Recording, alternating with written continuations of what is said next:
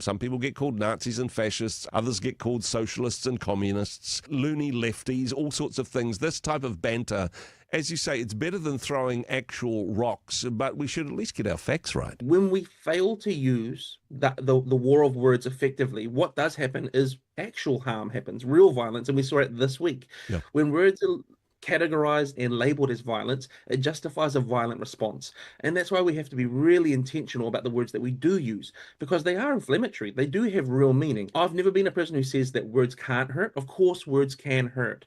But what hurts more than words is actual violence, is actual attacks. Yeah. So when we start to label words as violent and justify a violent response, we're only going to see things get worse and worse, and dialogue becomes less and less common. We've certainly seen, a bit of hypocrisy, and I don't mean that word lightly, some direct contradictions this week. Do you want to unpack that story for us? Because I think the hypocrisy in it is quite evident when we lay out the facts. What I call it is selective condemnation. And what we saw happen, obviously, was there's been a specific side of the argument, say the left, who have for a long time said that words are violence and that we have to limit these certain words and that words can break things and ruin things.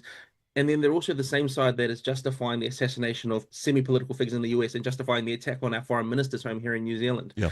It really discredits them, and it makes them less credible when it comes to issues that they're really passionate about, say the climate and things like that, because people don't take their words seriously anymore. You can't say on Monday, we condemn the violence of words, and then on Tuesday, deny actual violence and property damage that's happening in the real world.